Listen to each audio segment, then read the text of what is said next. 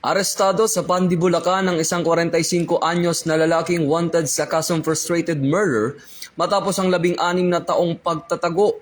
Ayon sa Navotas City Police Station, nahuli ang suspect sa bisa ng warrant of arrest. Napagalaman na palipat-lipat umano ito ng tirahan at nagtatrabaho bilang construction worker. Batay sa investigasyon, naganap ang krimen noong Pebrero taong 2010 sa isang KTV bar sa Navotas kung saan binaril ang biktima matapos ang gulo sa loob ng establishmento. Nasa kustodiya na ng pulisya ang suspect habang hinihintay ang commitment order ng korte, habang patuloy namang pinaghahanap pa ang isang akusado. Ito ang bagong PNP para sa bagong Pilipinas. Serbisyong mabilis, tapat at nararamdaman. Mula dito sa National Headquarters ng Philippine National Police, ako ang iyong PNN correspondent, Patrolman Edwin Baris, alagad ng batas, taga-taguyod ng Balitang Pulis.